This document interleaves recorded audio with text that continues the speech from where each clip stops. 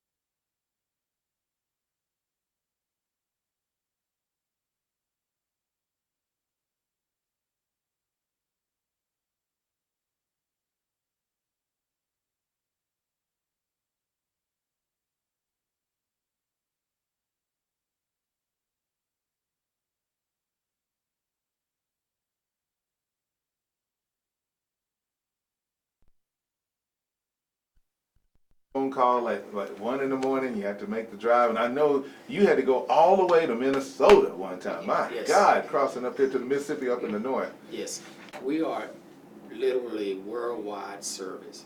There is no limit to who we can service. We go all over the United States, and we accommodate all types of people, all demographic. I tell everybody that yes, we are African American owned, but we're not a African American firm. We handle from Africans to Vietnamese to Caucasian, African American, blacks, Caucasian, Hispanics. We really truly handle the entire group of people that we come in contact with. I just don't know how you do it, because I'm pretty sure you've had to pick up a little baby or something one time, and that's the hardest one to do right there. When the child that didn't get a chance to really walk in the earth and you know made it just for a little time, I'm pretty sure you've had to deal with that situation too as well. Yes, we work closely with all the children hospital in the community and the different families that have lost babies. And it's very difficult. Like I said, police officer 20 years, ministry for almost 24 years, and yet every time I come across a child, an innocent child, it has an effect on me, and it's pretty tough sometimes. Yeah, I understand. You had to stay prayed up before you get there, especially when you get the call, because, you know, it's something like that, or a gunshot victim or so. Bringing Vanita Walker back into the conversation, we mentioned about GoFundMe. So can you talk a little bit about that? Because I'm pretty sure there are some concerns, and people can say, well, if I put this money in there, how do I know? But what does it come on with when you look at GoFundMe accounts to pay for expenses? Because people are out of town or so. You can go ahead and just take that mic out or so if you can. But they're out of town, and they need to make sure that their funds are going to where they say they're going to be able to go, you know? So I'm going to ask you to talk a little bit about that and the guidelines, and what do you do when you deal with the GoFundMe account? Well, I know GoFundMe now it's moving viral throughout the communities and different citywide. I can definitely speak on behalf of how Angel Hill handles GoFundMe. We have GoFundMe set up, and it's driven for the families that are needing that support or just needing that specific donation. However, a lot of people are a little leery about giving credit cards or where this fund is really going to go. Well, we've gotten creative with Angel Hills. We have included our address, our phone number, and our website to definitely validate that your GoFundMe money that's tied to Angel Hills will go directly to that particular family's need. So there's no reason to be as concerned about where is the funds going to go, because Angel Hills will take care of that to make sure it's covered for the donation for what it's actually needed for. And also, as long as we keep that tapered in with the funeral home, then you shouldn't have any concern about where it's going to go. And it's encrypted, so you're going to be safe. Gotcha. Mr. Wright? And by adding Angel Hill's funeral director's name to the GoFundMe, that forces us to fall under the state law and the funeral commission rules and regulation by the state of Texas, who regulates these things. So, but if you do it in an individual, then it's just you and that individual. But when you add the funeral home name to it, then you have the government regulations and the state laws supporting that funding. Gotcha. How much is the average cost of a funeral, by the way, Ms. Wright? Typically, just a traditional service for an adult, it's going to sound a little high, but it's average about $10,000. Lower end would be maybe $6,000, but average is about $10,000. You know, I had to ask that question because I remember I used to sell insurance back in the day for Universal Life, and you know how that was. They had what they call MDOs, premium notice ordinaries, and then the debits. And I was like, the worst thing the insurance person can do is write a policy for a person. Let's say, for example, I was born in the 60s, and you set up that policy for what was going on during that time period. Right. Times have changed. Oh, yes. And you need to at least make that, really, you need to make it six figures. Absolutely. You know, because Yes. you might have hospital expenses. Or I had a friend, believe it or not, they suffered a heart attack on a cruise and died. Oh, and then what happens is, you got to ship the body. Yes, you do. You know, and there's costs and expenses, you know. Absolutely. And what can you say? Either one of y'all want to comment on that? Because it's everything you can think of. The unprepared, if you don't prepare, you need to make sure that you are prepared. That's right. Yes, at the firm, people who are considering that, we offer insurance as well as we offer pre-need. And basically what pre-need is it gives you an opportunity to, whether you fund it or not, it gives you the opportunity to kind of plan and decide and be thinking about what this expense is going to cost for you. And additionally, if you do decide to fund it, as opposed to just pre-planning it and kind of deciding what you want to happen, it locks in today's costs. And so funeral costs increase annually based off suppliers and merchants. And so when they go up, we have to go up. But if you were to take out a policy now and not use it for 20 years, not only is it fully covered, but you're able to lock in the cost for today. And the most important thing we need to do, you guys, I'm just telling you, families, make sure you have a designated beneficiary. Do not surprise somebody, a long lost relative coming out. Who's this? I'm the one that you never heard about, but then you put them in there because people do surprises. Make sure you have your stuff in writing. How important is that, Mr. Wright, with wills and getting the house of order for business? If you got 8 or 9 kids, y'all need to designate who's going to be in charge. Absolutely, because I've run into scenarios where they had the policy, they just didn't know who the beneficiary was, and the insurance won't give out that information without the beneficiary information. It makes it very difficult, it prolongs the whole process.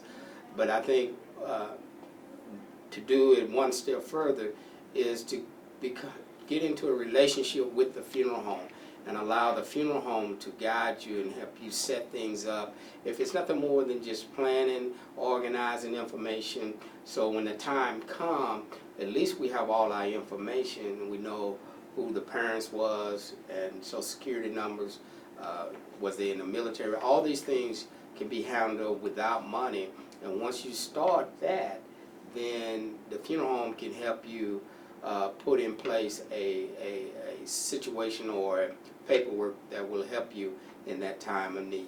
You know, the thing that I hate, and Dee Dee bringing in, if the policy is lapsed, that's the worst thing you can have happen. It's like, what do you do? And I know you guys like and it can get emotional. Well, I thought he had this, he didn't pay that. My situation, I know on the 15th of the month that this is coming out, and every time, once a year, I talk to my kids, say, well, daughter, son, this is the situation of happening to me, this is where it goes. How important is that, dealing with that? Very much so, because it's usually sticker shock almost to families. They come in presuming that they have these funds available, and they have the freedom to kind of, well, they don't have the worry to have to come up with that additional funding. And once we do start doing the groundwork, like he said, and kind of figuring out who's responsible and who's on file, it kind of puts them back in the same scenario where they have to, in turn, either maybe do something that they weren't originally wanting to do due to funding, or get creative with a GoFundMe and kind of pulling in from the community to be able to raise the funds to be able to put their loved one away. Wow, amazing. Respectfully. Well, we're going to wrap up our conversation. You get to go first, Ms. Walker. Any comments about why people should choose Angel Hills? Well, as we've been talking today about Angel Hills, it's a family-owned operated business, but we care about people. And we want to make this process as painless as possible. So I again say Angel Hills would be a very loving, not just a funeral home, but a family that will connect with your family and help you through that process. All right, and Dee Dee? Kind of to piggyback that, it's you really aren't going to get what you would get at I guess maybe traditional firms or corporate firms. So we are family owned, and so and we're really down to earth. When families come in, we kind of play and banter back and forth like we would with our own family. We have families still to this day that call us by first name basis, that come in and kind of check on how things are going. They speak to us on holidays. They invite us to their family events. Yes. And so it really is that sort of culture and that environment that we try to cultivate. Mr. Wright, the final comments. My thought is more, I guess, theological. You have not because you ask not. And God really wants us to have a relationship.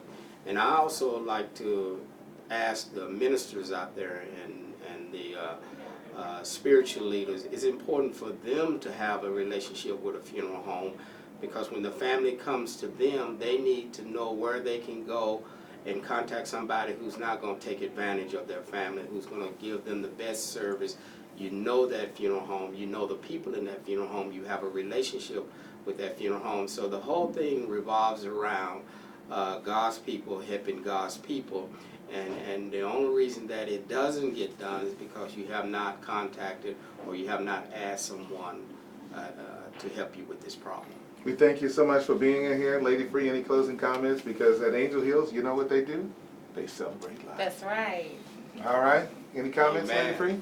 It's all about the business. You heard us right here. I'm Cedric Bailey. Thank you, Ms. Walker, Mr. Wright. you. Thank you. Dee Dee, Thank you. Lady Free. We got to go. You guys, thanks a lot for hanging out with us today. I'm Cedric Bailey. You guys have a wonderful day. Until the next time, we'll talk to you right here on the Fishbowl Radio Network. Good job. That's my girl.